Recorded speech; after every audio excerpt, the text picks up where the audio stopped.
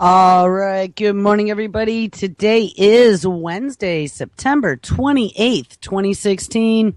And this is Before the First Cup with Jules here on UCY.TV.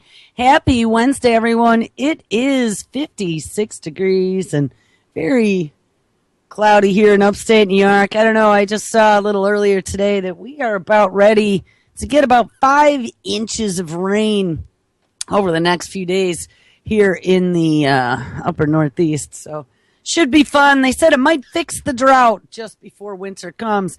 So where do we leave off yesterday? We titled the show Hubris, FDA, CRISPR, Monsanto, and Bayer. Oh my. We talked about a lot of things. We actually started off talking about some of the millimeter wave technologies that we spent an entire week looking at last week and the different frequencies and some of the things that they can do that would almost make you believe that it was science fiction, but it's not. But we continued looking into some of the things that are now happening with Monsanto licensing the technology of CRISPR from the Broad Institute, which is a collaboration between Harvard and MIT with Georgie Church on board, as well as Harvard, because you have Georgie Church directly involved in this. And we found out that they gave Monsanto a contract, basically. They said, with this use of this CRISPRing technology, giving you the most powerful gene editing tool in the world. You know, remember they democratized that across the planet, add a gene, by sending out 60,000 copies. And we've also had high-level military, I'm trying to remember, I don't know, we read that story back a few weeks ago. The, I don't know if it was the head of the NSA or DOD, one of them, went up in front of the Armed Services Committee and testified as to how these new 21st century technologies are also considered the new 21st century weapons of mass destruction. So here we have this technology that could be used to splice and dice any way, shape, or form. We've looked at so many different examples of CRISPRing humans. I mean, literally, they can CRISPR anything on the planet now where they have a DNA sequence. Plants, animals, foods, insects. We can not only CRISPR, but we can CRISPR and start swapping gene sequences. I know, it's very frightening. You know, they've already talked about CRISPRing humans. We're going to get to some of that because there were 2 milestones that happened just yesterday. But before we get there, I really like to kind of set the stage to get us to where we're going to go. So we found out as well yesterday. We had read a story way back when, and then there was some new info on this, that the FDA has been allowing publications in science journals for a long time that maybe later have been proven to be fraudulent or maybe incorrect, but they never forced anyone to go back and start correcting the publications or redacting or removing the publications from the science journal. So as we have all these different quote unquote scientists and officials coming out and pointing to the science, telling us why we're bad, why those anti-vaxxers are bad, why those anti-GMO people are bad, because look at the proof. Look at the proof. It doesn't prove that there's anything wrong. Look at the studies. Yeah, well, we've discovered,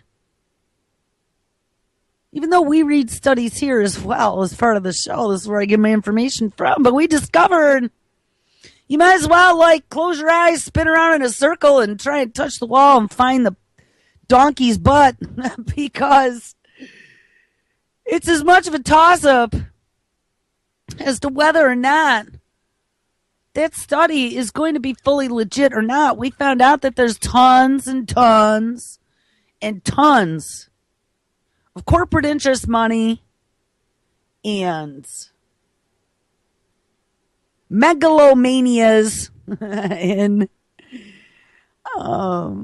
science and research. And a lot of these people are going for fame and fortune. They want to get published. It's all about getting your name out there and being the first and spinning out an IPO.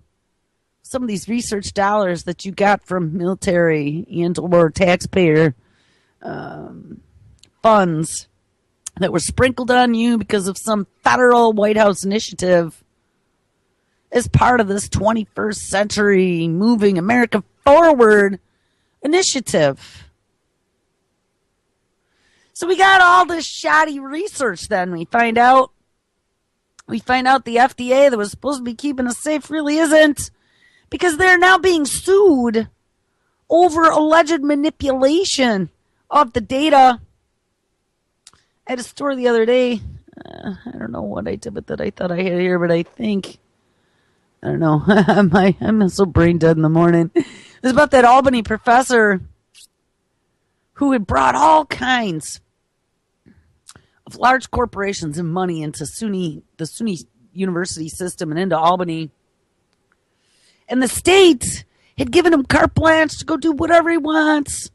And he'd get all kinds of money, and they kept giving him raises because he was bringing all this economic development, getting all this new equipment, building all these new buildings, forming all these new departments of all this new 21st century medicine at the University of Albany, turning into this high-tech hub for the 21st century cures. But then they found out that it's all loaded with corruption. He wasn't allowing things to go to bid. He was giving kickbacks, and he was writing bids to favor just one vendor, which then eliminates any of the competition. Well, that's absolutely a big no on state and federal contract. You cannot do that. We've talked about the contract system before, probably not in detail, but I've mentioned it before. When you go out to fbo.gov and you search DARPA, that's where you can find out a lot of the DARPA stuff that's future up and coming, because that's where the federal agencies will put out their request for proposal from companies like where I used to work, where we were a technology reseller.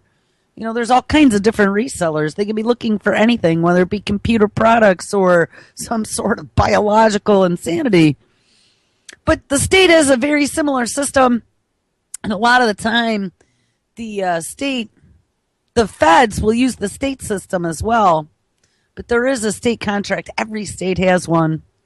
And it's for doing business distinctly with the state. There's a fixed price. There's rules. And it's supposed to guarantee that there's equality and everyone has a good chance to win a state bid. Because guess what? That's big money. A lot of business. And a lot of times it's recurring. It's over a set number of years that you're going to be able to get business out of this. So anyway, long story short, just one big example. I mean, the guy wasn't doing anything evil in his lab, but he most certainly was a big scientist at the university that they gave controls, and he loved his Ferraris, they said, his fast cars, and living in the fast lane. And this fed his lifestyle. And even though he was very successful, he got there through very underhanded means.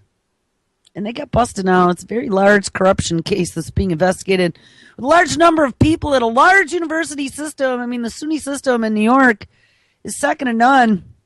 It's an amazing, just so you know, for as much as some of these things in New York really bother me, my friends down south call it New Korea up here. It really isn't that bad. The one reason why I've always stayed in New York is because, before this Common Core crap, we did have the regents for education in K through 12. And regents always set the bar high.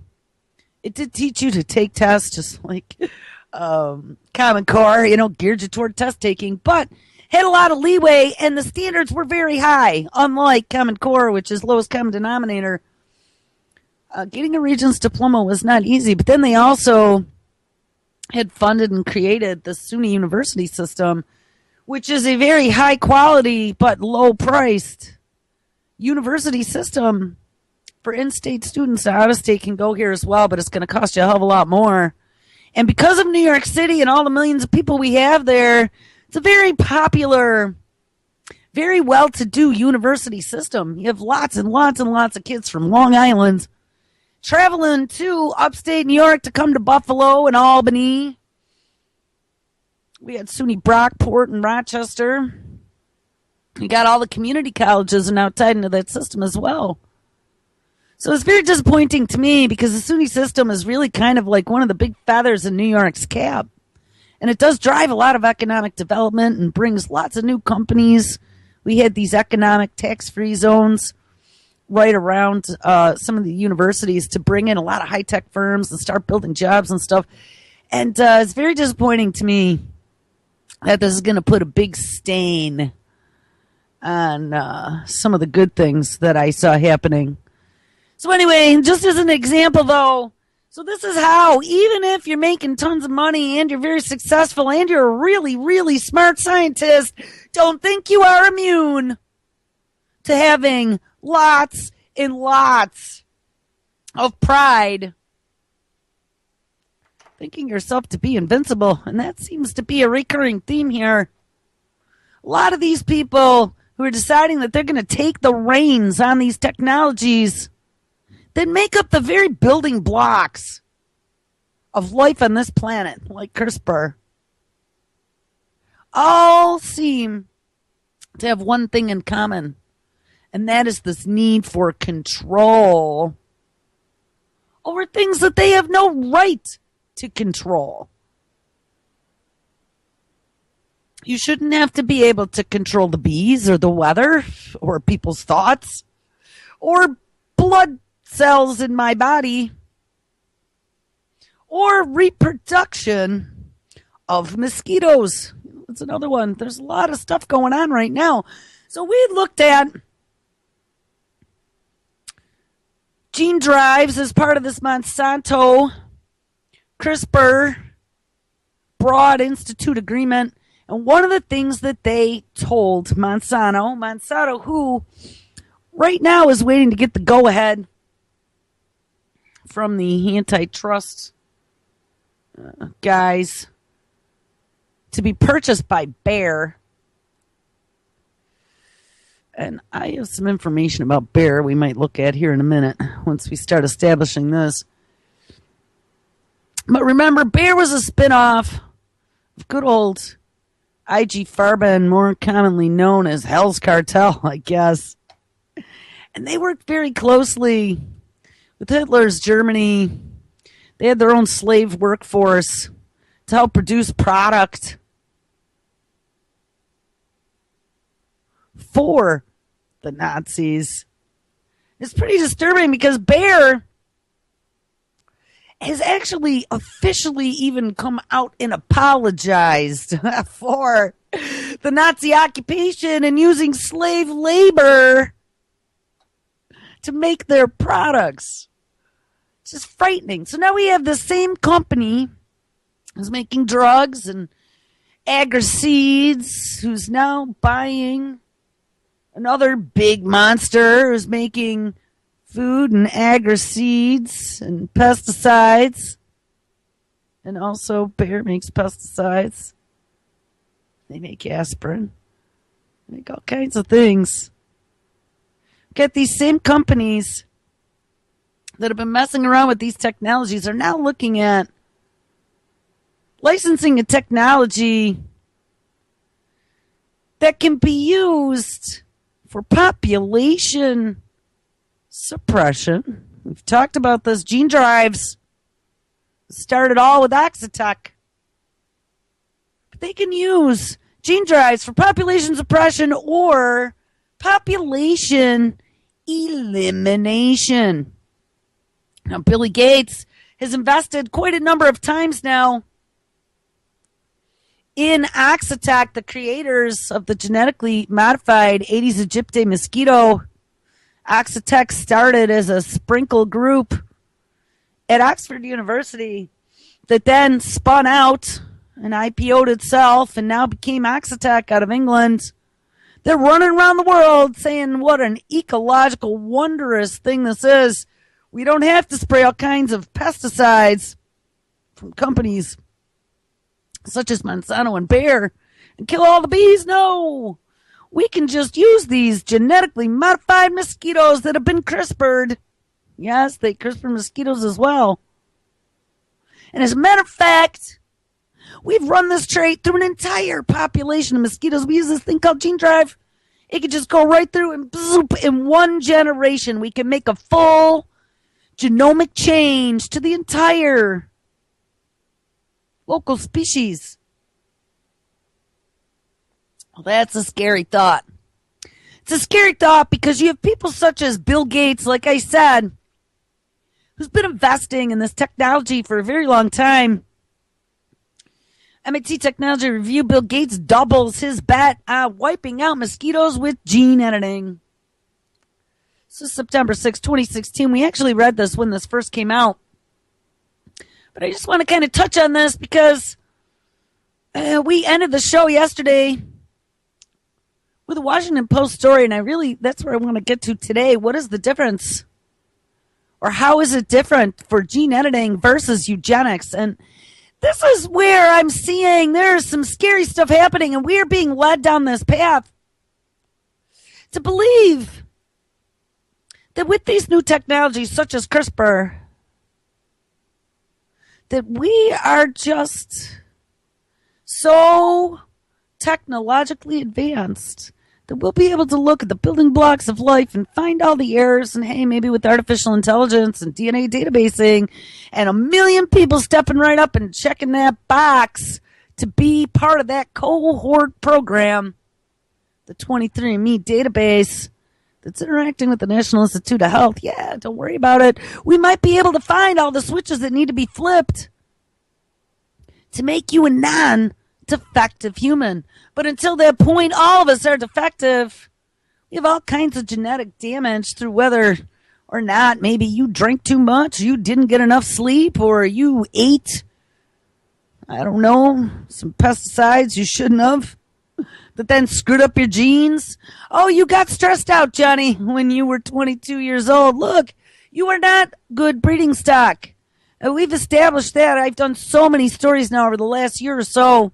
But all these different crazy things that they've discovered not only messes up your DNA permanently, I saw smoking now too, but can be passed down to future generations. Well, if you really think long and hard about that one, in this new vision for the 21st century where they want to make sure that they cure all disease, remember it costs way too much money.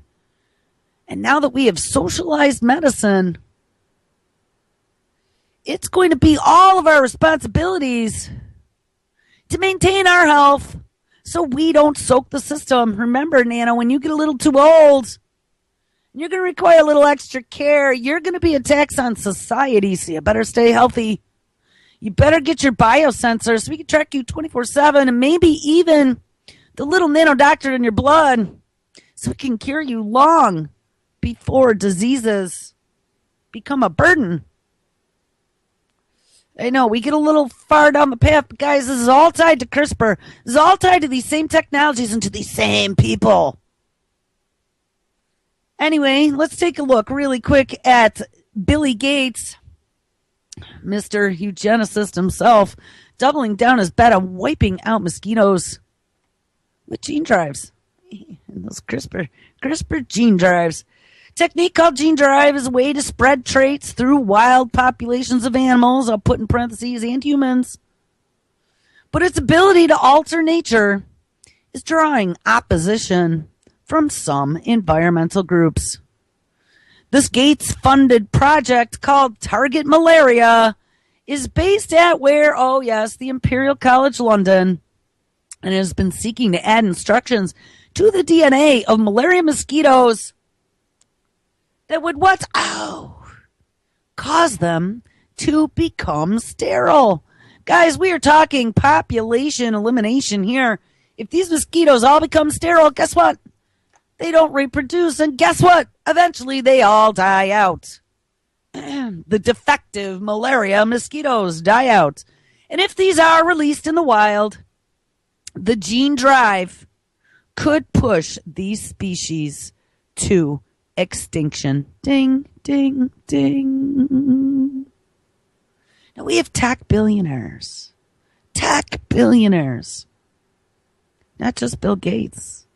We got Zuckerberg. We're going to talk about him. We got Elon Musk. We got Kurzweil. We got all these crazies running around deciding that they're going to cure death as a disease. They're going to cure cancer. They're going to make sure that you live forever. We got Peter Thiel, who's kicking off his experiment of putting the blood of young creatures into old creatures to discover what it is that makes you young again.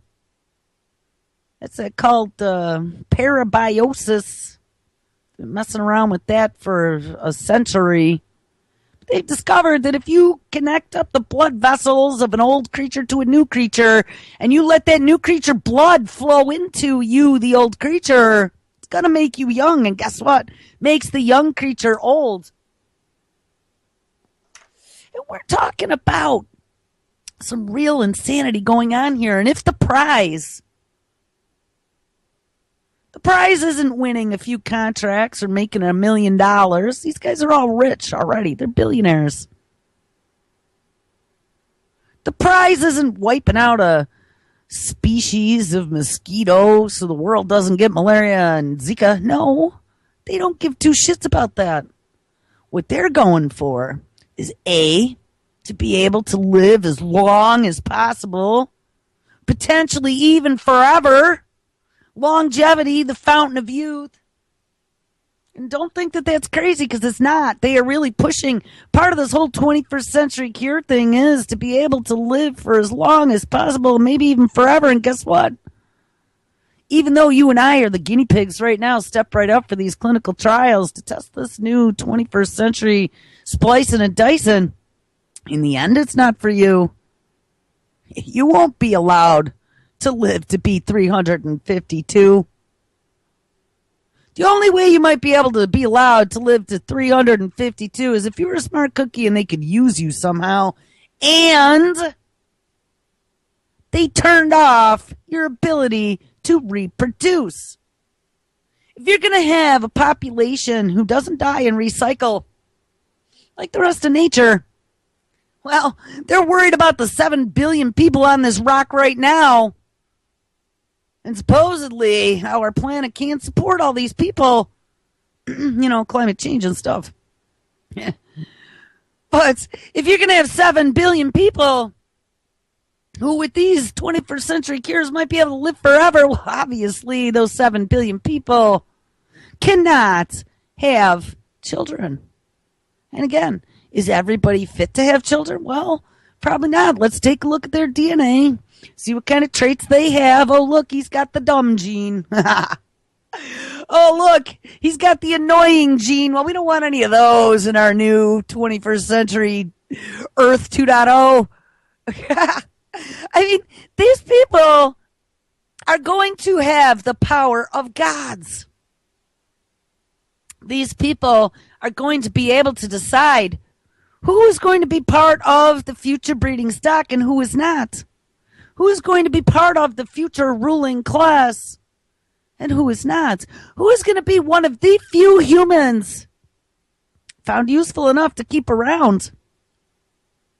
When the robots and artificial intelligence take all the jobs. Remember, once AI and automation kicks in full steam and they think, yes, telling everyone, don't worry about it. We're going to give you universal basic income every month and you can sit around and look pretty and do nothing. That puts you on the list of useless eater. Okay. That puts you on the list of carbon creating, damaging to the environment entity that potentially will need to be exterminated, like the mosquitoes. Ding. All right, let's look at a little more here. So I hope I've established the scariness of the connections that I see here. And good old evil Billy is rubbing his evil hands together in the picture in this story. And you know what? Just for shits and giggles, I'm going to drop that Georgie Porgy rubbing his evil hands together picture in chat to give you a morning laugh. But Bill Gates is very, very excited about gene drives. So not only do we have Billy Gates, we talked about Georgie Church. We talked about the Broad Institute and them licensing the technology of CRISPR to Monsanto, who is in the process of being purchased by Bayer, who was a spinoff from IG Farben, who worked with the Nazis at exterminating lots of people. Hey, nothing to worry about, people. Now, we've established as well that a lot of what Monsanto had been tinkering with a long time back was being able to splice and dice food and mess with CRISPR back almost 2 years ago. We had found that on their forward-looking statement of some of the technology that they were going to mess with that year. It was in the budget. And we had looked a lot at some of the genetic modification of food back to the 80s and how back at that time they had also been messing around while genetically modifying food into making edible vaccines. And one of the things that they had done out of Japan was turned mosquitoes into flying vaccinators. That leishmaniasis, the elephant man disease, they were able to splice and dice a mosquito. So when the mosquito bit you, instead of giving you the disease, it actually gave you a vaccine against the disease. Billy Gates had actually mentioned mosquitoes as flying vaccinators way back at a conference. And when I saw that and I saw his investments in mosquitoes and gene drives right now, it really makes you wonder. But we also found the edible vaccines where for things like cholera or even the malaria goats, that was another creation of the Bill and Melinda Gates Foundation, be able to splice and dice genes into a goat so the goat would produce malaria vaccine in the milk that it produced and then go to all the little unsuspecting villages in Africa and start giving them malaria goats. They didn't need to know that there was vaccine in there and there was nobody coming at gunpoint. They were just happy to get the little goat. So when we look at how they've been splicing and dicing food for a very long time, the technology is out there. They're doing tons of research still in India. But edible vaccines, here it's just going to be in tobacco and lettuce, I believe, is what we found out of Texas A&M and Penn University, expressing antibodies out of greens. The potential is absolutely there to create things not only such as vaccines or some sort of whatever in food with this technology, but also to be able to make quote unquote more nutritious foods, less fatty foods. We found out in that story yesterday that yes, this whole CRISPRing technology too gets to go under the radar of any type of labeling laws or requirements at all. So they don't have to tell you. It's genetic modification that isn't being considered genetic modification because there's no foreign DNA in it, they're saying. But they're still manipulating DNA in an organism that then is going on the market for you to eat, in this case. It says Monsanto may have just ended the war on GMOs. This is one of the two stories that I had on this merger of Bayer, Monsanto, and purchasing this CRISPR technology. It says the next genetically modified food you eat probably won't be a GMO. Now, let's just mix up the terms. People don't pay enough attention. People aren't bright enough, generally speaking, to understand what the differences are between traditional GMO and CRISPRing. I explained it yesterday. Traditional GMO, you would have an organism that would be modified with another organism's DNA, typically a bacteria or a virus, and they would use that then to invade the new organism, get into its cells and reproduce, to then get that DNA into the target. That was genetic modification. It had foreign DNA from another organism inside of it, intentionally. CRISPRing doesn't require that. We can zip, zip, zip, unzip, take that DNA sequence, reorder it, and then zip a new one back in, changing the traits, utilizing the DNA of the target organism. So no foreign, mosquito DNA in a goat. They just now take, I don't even know how they do a malaria goat now. They'd have to take the raw materials on how to make malaria vaccine and somehow put that A, T, and C, and G together out of that original organism's DNA, maybe. I don't know. But regardless, so now they're considering this new technology, CRISPR, to not produce genetically modified organisms. No, come on. That's called splitting hairs. I'm going to tell you, on any planet I've ever been on, this happens to be the only one, but genetic modification is genetic modification. It means that your genes, your DNA has been altered. I don't see anywhere in the words genetic modification or GMO, genetically modified organism, I don't see anything that would tell me that it's only if DNA from another organism got stuck into it. It's called genetically modified. What about genetic or modification is gray here? Because it's not. So whether or not you have something from another organism stuck into you, or whether or not they've actually gone in and changed your genetic makeup, I think those are both considered GMO. But according to the law, nope, they're not. Well, danger, Will Robinson. Because that means they just opened the doors. Pandora got out, as did all of her little minions. They're going to be hitting the whole food supply. And with the TPP coming, they're still pushing that sucker. And they got rid of all those country of origin labeling laws.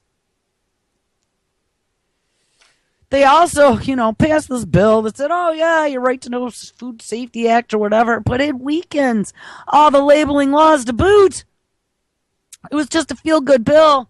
Well, guess what, guys? Because it didn't matter. Because with CRISPR, they don't need to tell you anything. The next generation modified food you probably eat won't be GMO. At least not in the conventional sense of the term, which stands for genetically modified organism. It'll probably be made using CRISPR, a new technique that lets scientists precisely tweak the DNA so it can be used to do things like survive drought or avoid turning brown, like some of those new apples that are out there. On Thursday last week, the agricultural giant Monsanto nabbed the licensing rights to the technology from where? Oh, yes, the Broad Institute, to use its seed in development.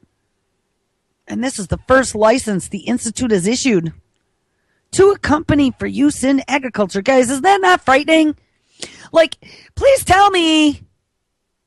We were looking the other day about the Broad Institute and their ethics. The fact that literally the very first license of CRISPR to an agricultural company happens to be what? Monsanto, tells me we got a big, big problem. Harvard geneticist Georgie Church thinks that these crops might be our last best hope for ending this war against GMOs, which he and dozens of other experts call misguided once and for all. Oh my God, do you hear this? Let's give it all out. CRISPR, we're going to CRISPR the planet. We are going to democratize splicing and dicing, and we're going to end this war against you thinking resistant consumers. We just got rid of all the labeling. Enter diabolical laughter with hand rubbing. And we're slipping it into your food supply, whether you like it or not. And if we want to put a little medication in there to tamp you down, make you a little stupider, make you a little mellower, who's going to know? Because guess what? We don't need to tell you shit now. George Church recently told Business Insider, quote, "It is a beautiful thing," unquote. If that is not pure evil, I don't know what is. Force it down my throat. You guys, I told you, I got a thing about food. I am really freaking picky. This is making me so beyond angry, you don't even know. Like psycho angry. We watched that interview with Georgie Church. He's the same one that's going to be bringing back the woolly mammoth. He's the same one that's creating the synthetic human genome. And now he's saying it's such a beautiful thing that they have licensed this technology to Monsanto to finally put this ridiculous, misguided debate to bed for all you stupid people that are concerned about the potential damage or the potential dangers of us messing around with ATC and G. The U.S. Department of Agriculture seems to agree, as does Monsanto. And the USDA has already moved 2 crops made with CRISPR, and that is a mushroom as well as a type of corn, closer to the grocery shelves by opting not to regulate them like conventional GMOs. DuPont, who's the company making the corn, says that it plans to see the crop in farmers' fields in the next few years.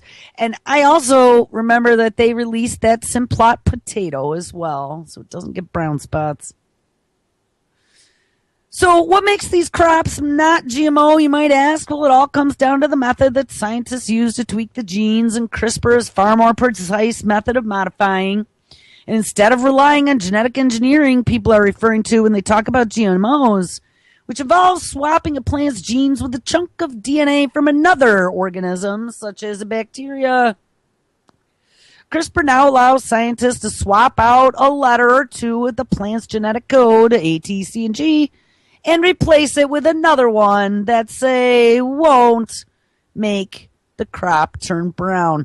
Now, another thing to point out, and we've established this, is they've come up with 2 new amino acids to add to the DNA chain. Those are alien DNA, synthetic DNA, and I'm sure Georgie Church was highly involved in that. They called those proteins, amino acids, X and Y, and don't get that confused. I mentioned that before with males and females. It has nothing to do with males and females. It's 2 new letters on the double helix. And they think it's going to be great. It can give them, I don't remember, 147 new permutations to be able to create things like drugs. Drugs to cure you. Put on a seatbelt, people, because it's also probably going to be used in some of the new synthetic life that Georgie wants to create. And if they don't need to tell you what's in your food, hey, who knows? Let's put a few X and Y's in there and see what happens. CRISPR was introduced in 2013 as a genome editing tool in a couple of common laboratory plants, including a weed called Arabidopsis and a tobacco plant. And since then, researchers have experimented with a number of crops, including oranges, potatoes, wheat, rice, and tomatoes. And yeah, our good potatoes, rice, and tomatoes have been on the list for a long time, since the 80s, doing GMO. It says by the end of 2014, a flood of research into agricultural uses for CRISPR, such included the use of a spectrum application from boosting crop resistance to pests to reducing the toll of livestock disease. Yes, see, they were putting medications into the creation or maybe even nutraceuticals. Reduce the toll of livestock disease. Of course, George Church would prefer that people embrace GMOs as they are now, since numerous scientists, numerous paid shills, have all determined that they are safe forever and ever. And after all, he said, Americans have embraced GMOs and other things like clothing. And I think we all forget about that. More than 80% of all the cotton in this country that goes into things like t-shirts is genetically modified. But see, the reason why they embrace it is because they don't have a freaking clue. People don't realize that you're wearing genetically modified cotton, the same one that causes Indian farmers to commit suicide. No. And it makes you wonder, as you're using this cotton on your very newborn baby, or wearing it as underwear or female sanitary products, or the washcloth you're washing your face with, or the t-shirt, the 20 t-shirts, one you wear every day of the month, sitting against your skin. Where are the long-term studies on that? Where are the long-term studies making sure that there is no transfer of anything between the one material and the other? Because I haven't seen them. They've just deemed it all safe, 100%. Don't worry about it. And you don't even need to know, because we don't even label things like clothing as being organic. Though I remember probably about 10 years back, when I first had my daughter, going shopping and seeing organic t-shirts and thinking to myself, it's just a money scheme, organic. What? It was just ridiculous. But now, 10 years down the line, I'm going, holy crap, we got cotton in everything. We got cotton in some very close worn products that are touching your body all the time. And I've never seen a study about the effects of GMO cottons in particular being that close to the human body and interacting with us so much, whether or not it causes any issues in the future. So pay attention to that. If anyone could ever find a study on something like that, I'd love to see it. Anyway, this is the reason why I read this story is because I wanted to read this last statement from our good old buddy George Church of the Broad Institute. He says, quote, I hope people wake up one day and realize, hey, almost everything is genetically modified. It's in the air, it's on our bodies, and it's in our medicine. Maybe we can get over the genetically modified food controversy, says Church. Well, guys, George Church would know. George Church says it's in almost everything. It's in the air, it's in the body, and it's in our medicine. Now, we've suspected that for a very long time, but that is out of the mouth of one of the creators of the technology. So now let's take this technology that's going to genetically modify the planet, animal, plant, insect, human.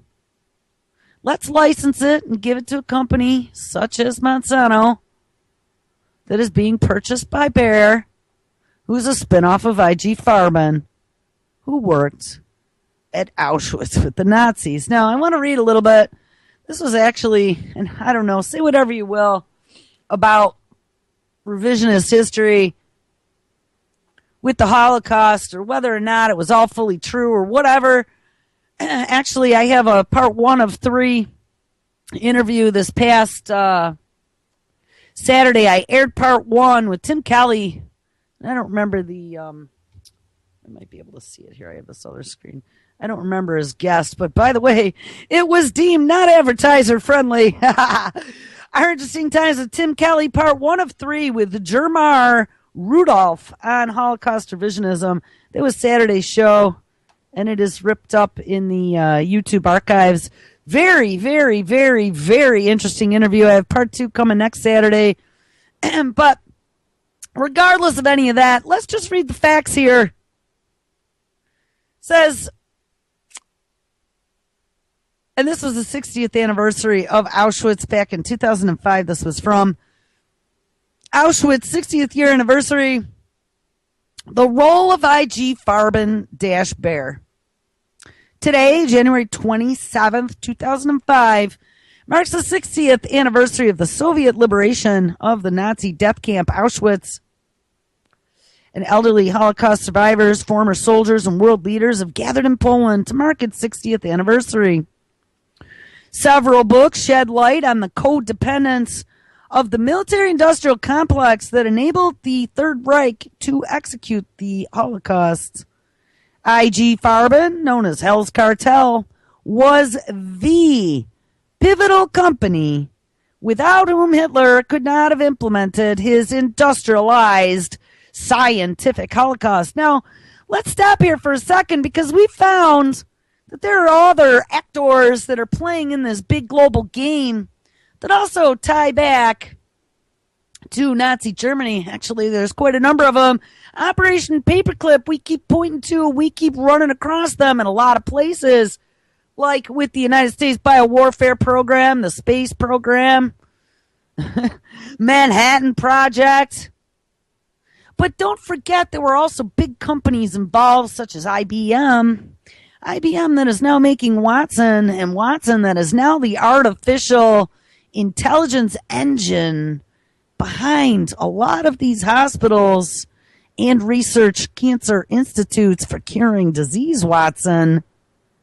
And it also involves Granddaddy Bush working as a part of Harriman to finance the Nazis in Germany. It's frightening, people. There is such a connection back to the mad science that was going on there, and it was all imported, and it never died.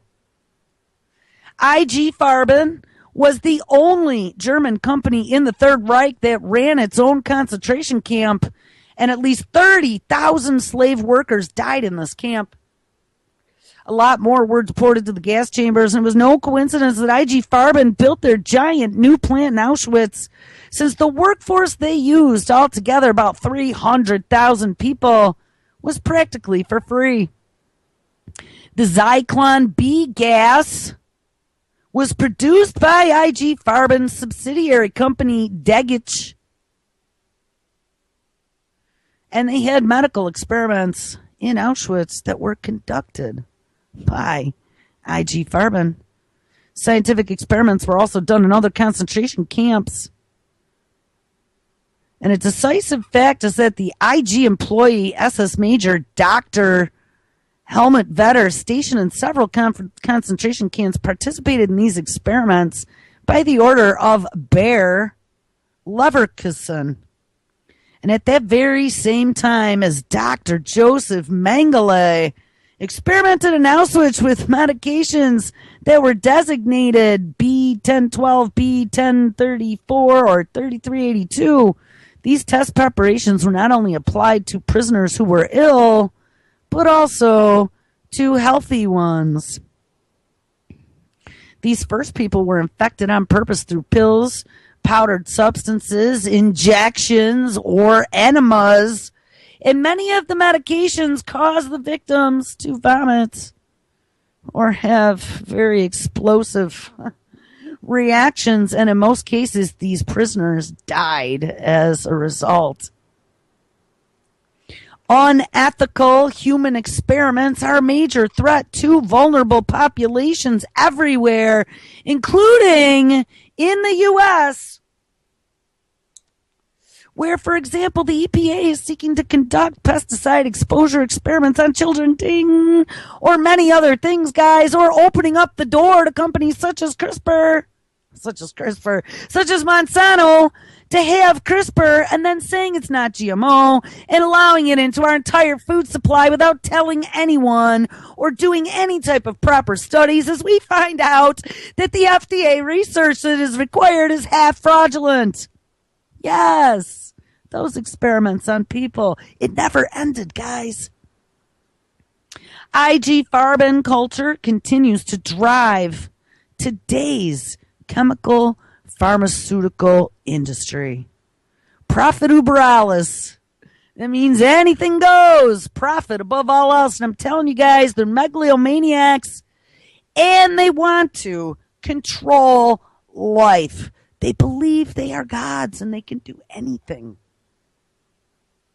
In Germany, a growing number of people do not understand that IG Farben's successor, Bayer, as well as another spinoff, BASF, and I've talked about them many times before. We might get back to them one day because Germany kicked them out. They moved their headquarters over here now. Still refuse to apologize for their misdeeds. It is hard to accept that after the war, the companies were allowed to keep IG Farben's entire property, where their surviving slave workers received nothing. And until today, Bayer BASF did not pay any wages to their former workers. And I don't know, this just keeps going on and on and on and on and on. But if there was ever a doubt, guys, I would really be concerned that we're giving a company that has spun out of IG Farben the technology to, again, experiment on people without them knowing, because there's no labeling. And good old Georgie Church says they're going to put this issue to bed. Stop your complaining, you ridiculous people. Shut up and eat what we give you. All in the name of profit and seeing how that will affect humans. And right now, the big push is to reduce population. Oh, all in the name of curing disease. All right, and speaking of curing all diseases, let's add to this insanity a few more tech billionaires. We got Mark Zuckerberg, who just last week, I think it was Friday, Thursday, Wednesday, pledged $3 billion, with a B, billion dollars to cure all diseases. Well, thank God there's a Mark Zuckerberg, because we might all die out as a species if Mark Zuckerberg didn't dump $3 billion in to the mad science gone mad machine to cure all disease. And there's no self-preservation going on there. No, don't worry about it. Facebook founder Mark Zuckerberg and his wife Priscilla Chan want to rid the world of all diseases. The couple's Chan-Zuckerberg initiative announced an ambitious goal of curing, managing, or preventing all diseases by the end of the century. Today, just 4 kinds of diseases cause the majority of deaths, he says. We can make progress on all of them with the right technology. Sounding like Bill Gates more and more. This is about the future we want for our daughter and for children everywhere. To accomplish this, the initiative is going to invest at least $3 billion into scientific research over the next decade, including a $600 million investment into what is being called the Chan-Zuckerberg Biohub. Ding, ding, ding, ding. A new interdisciplinary research center that is being formed in cooperation with who? Oh, yes, Lizard's Pit, Stanford University, as well as UC San Francisco, and where? UC Berkeley, right where Jennifer Dauda lives. One of the Biohub's first projects will be a map of all human cells, which of course will be democratized and shared freely with researchers around the world. And then Chan and Zuckerberg first announced their initiative in December. I don't remember that in December, but that's all right. At the time, they pledged to give away 99% of their Facebook stock during their lifetime. However, the initiative is not actually a not-for-profit or foundation. Instead, here we go. We can make money on it. Remember, precision medicine is the way of the 21st century and the fueling of our economy, according to Obama. Instead, this is incorporated as a limited liability company, which means that the couple can use it for political lobbying or investments in private companies.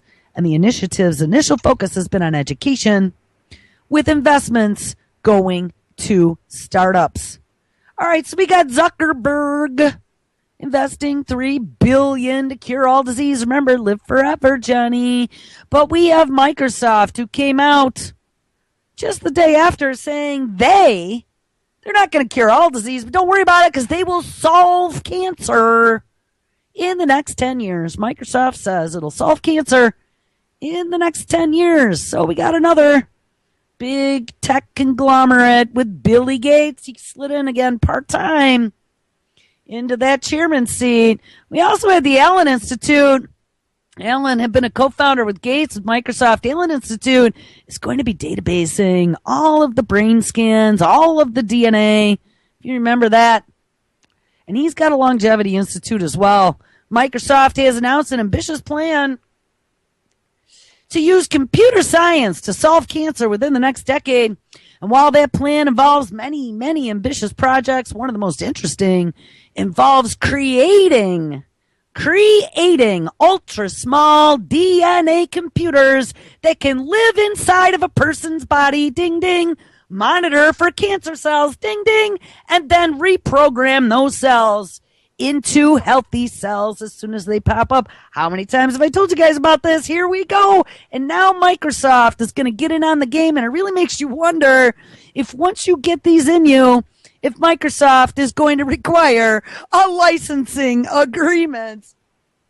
I think it's a very natural thing for Microsoft to be looking at this because we have tremendous expertise in computer science, and what is going on in cancer is a computational problem, says Chris Bishop from Microsoft Research. And remember, I told you guys, they have programming languages for cells right now, and they can program them just like a little computer.